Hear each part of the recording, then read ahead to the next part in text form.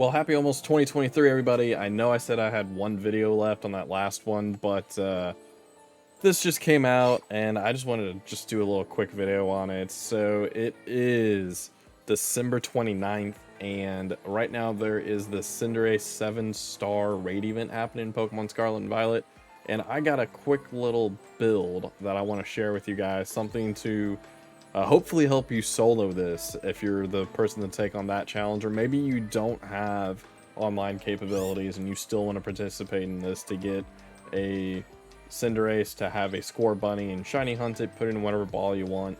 But I know this build works. I did it myself. There are some asterisks involved with this. Since you're doing it solo, pretty much you're dependent on what your NPCs are that are around you. However, the build that I have is very survivable. So let's just get into that build. It's going to be a Slowbro. And with this Slowbro, it is going to be holding a Twisted Spoon, which increases psychic type attacks. But along with that, the moveset I have for this Slowbro is going to be Iron Defense, Nasty Plot, Slack Off. And if you notice, I actually put max PP on the Slack Off just to have that extra chance for heals. And then Stored Power. And the big reason I'm running this set versus some other sets you might have seen out there, Stored Power takes advantage of the stats that you have built up. So basically, if you get 2 stats to +6, you use Stored Power, it's going to do a lot more damage. So Iron Defense raises your defense by 2 stages, and that's very important because Cinderace is a physical attacker, and it starts off the battle with Bulk Up. And then it will use, for me, it always used Acrobatics because every other move was resisted since I was a Psychic and Water type. So Iron Defense is there to help build up your defense pretty quick, and then you use Nasty Plot to build up your special attack. It doesn't really matter what attack or defense is built up for Stored Power, because the way that move works, it says the user attacks the target with Stored Power. The more the user stats are boosted, the greater the move's power. Simply put, the more you boost yourself, the more power and the more attack that you have. So it doesn't really matter.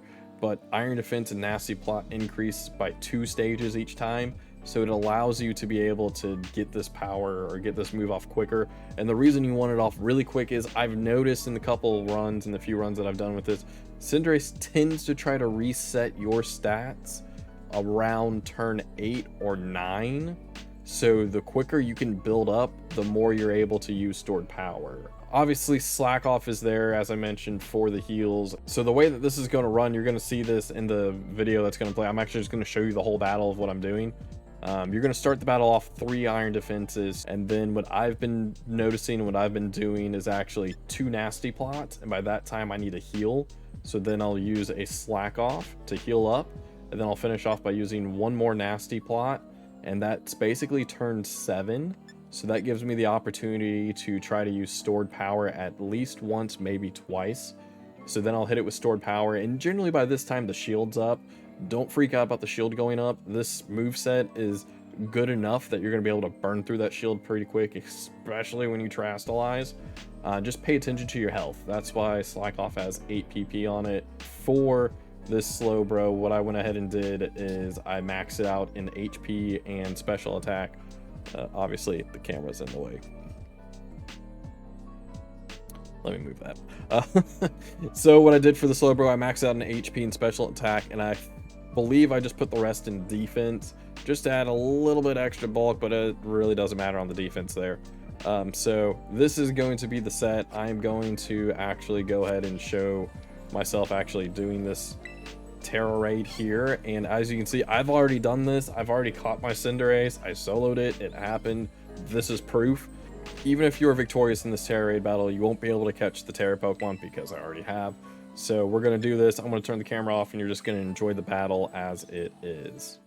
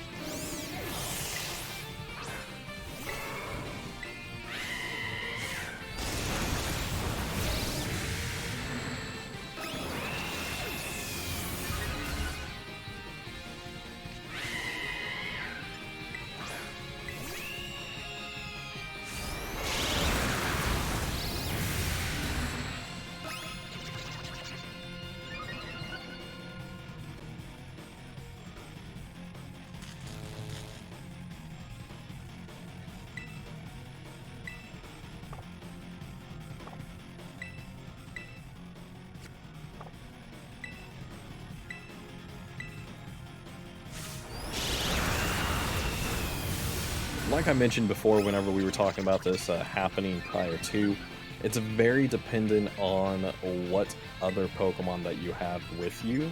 As you can see, I actually had 2 Intimidators with Staraptor and Tauros, and then Umbreon helping me out. So obviously all the moves it was doing were basically doing nothing to me. And that's why this is going to go really quick, because of all those factors that are happening right now. It's very dependent on your NPCs that you have. But like I mentioned, it's easily doable with this build. We're actually going to win this very quickly. It will probably reset our stats here shortly, and once it does, I'll just reset up. I'm not really concerned about my health at the moment because of the fact that it is at 252 and its health is pretty much almost gone. So just enjoy the rest of this. This is going to be a fun win.